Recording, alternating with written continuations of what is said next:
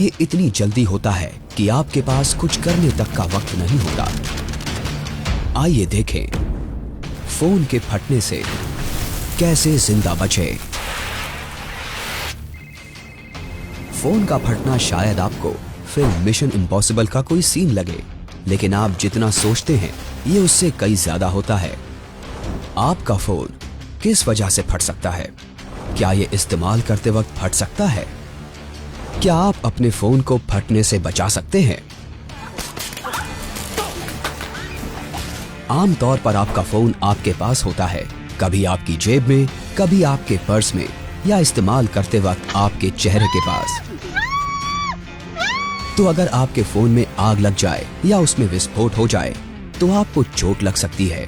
तो ये हैं कुछ तरीके जिनसे आप बच सकते हैं। स्टेप 1, जगह मायने रखती है।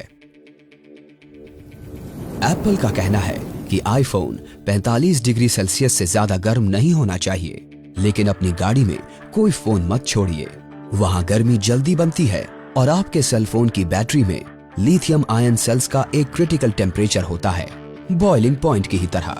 और अगर बैटरी उस तापमान तक पहुंच जाती है तो उससे एक एक्सोथर्मिक ब्रेकडाउन हो सकता है, जिससे गर्मी रिलीज होती है। ये एक फीडबैक लूप की तरह है। अगर एक सेल गर्मी रिलीज करना शुरू कर दे तो ये आसपास के सेल्स पर भी असर डालेगा, जिस वजह से वो सब भी गर्म होकर क्रिटिकल टेम्परेचर तक पहुंच सकते हैं। इससे आपकी बैटरी सेल्स में हमेशा के लिए शॉर्ट आउट हो सकता है और इससे ऑक्सीजन और कार्बन डाइऑक्साइड जैसी गैसें भी बनने लगेंगी। इन गैसों से बैटरी फूल सकती है, जिससे उसका स्ट्रक्चर खराब हो सकता है। अच्छी बात यह है कि आपके फोन के गाड़ी में पड़े फटने के मौके कम हैं, लेकिन अगर आप देखें कि फोन की बैटरी फूल रही है तो ये एक चेतावनी है। स्टेप 2, हॉटस्पॉट में चार्ज ना करें। जब आप अपना फोन चार्ज करना चाहें, उसे वहां ना रखें जहां ज्यादा गर्मी हो सकती है, जैसे कि सीधी धूप में, कार के डैशबोर्ड पर, तकिए के नीचे या किसी भी गर्म चीज के पास। कजाकिस्तान में एक लड़की के बिस्तर के पास उसके फोन के फटने से मौत हो गई थी। उसने अपना फोन प्लग इन करा और गाने सुनते सुनते सो गई, जिसके बाद हुए धमाके से उसके सिर पर गंभीर चोट आई और उसी वक्त उसकी मौत हो गई। स्टेप 3, सस्ता काम ना करें। भरोसेमंद चार्जिंग डिवाइस का इस्तेमाल करें।